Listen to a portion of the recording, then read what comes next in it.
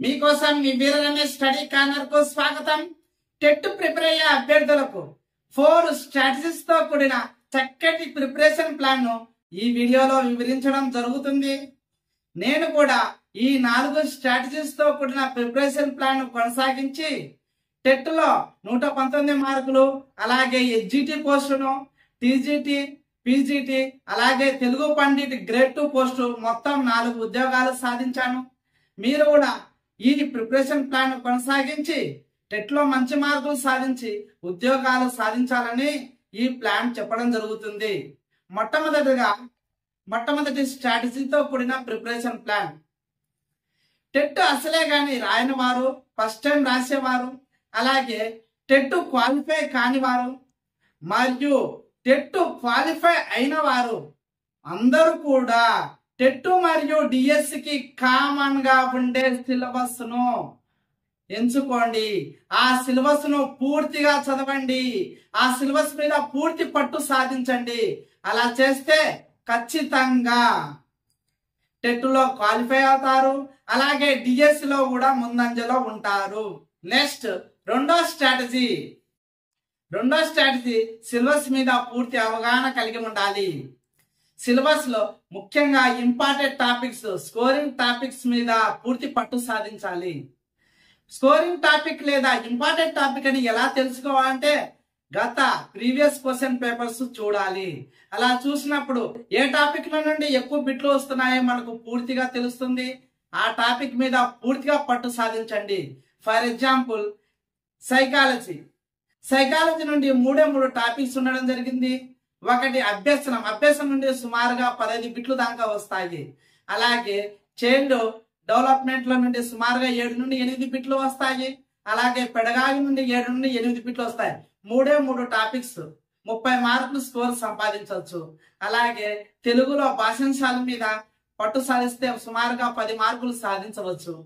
అలాగే ఇంగ్లీష్ లో టెన్సెస్, మీ సబ్జెక్ట్ మీద కంటెంట్ మీద పూర్తి పట్టు సాధించవచ్చు. ఈ విధంగా మీ స్కోరింగ్ టాపిక్స్ మీద పూర్తి పట్టు సాధించిన తర్వాత మిగతా టాపిక్ మీద చదవండి.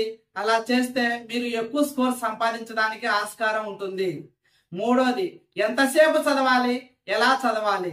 ఎంతసేపు చదవాలంటే మాక్సిమం 15 గంటలు, మినిమం 10 గంటలు ఖచ్చితంగా చదవాల్సిందే.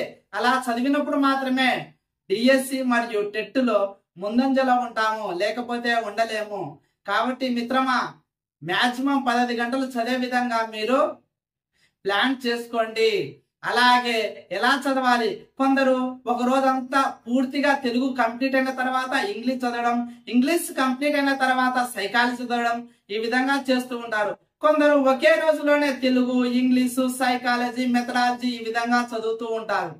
ఎలా చైనా చదవచ్చు. మీ మైండ్ ఎలా రిసీవ్ చేసుకుంటుందో ఆ విధంగా మీరు చదవండి. దానికి మీ మైండ్ రిసీవ్ ను బట్టి మీరు ఎలాగైనా చదవచ్చు. ఈ చివరిది 4వ స్ట్రాటజీ. లాస్ట్ సిలబస్ అంతా కంప్లీట్ అయిన తర్వాత స్టాండర్డ్ మోడల్ పేపర్స్ చేయండి. అలా చేయడం వలన మరి సబ్జెక్ట్ ఇంకా ఎంత బ్రాడ్ గా చదవాలి, ఏ టాపిక్ లో వెనకంజ ఉండాలో తెలుస్తుంది. అలాగే టైం సెన్స్ తెలుస్తుంది ఎగ్జామ్ హాల్లో. అలాగే ఇంకొకటి ఫియర్ అనేది వెళ్ళిపోతుంది.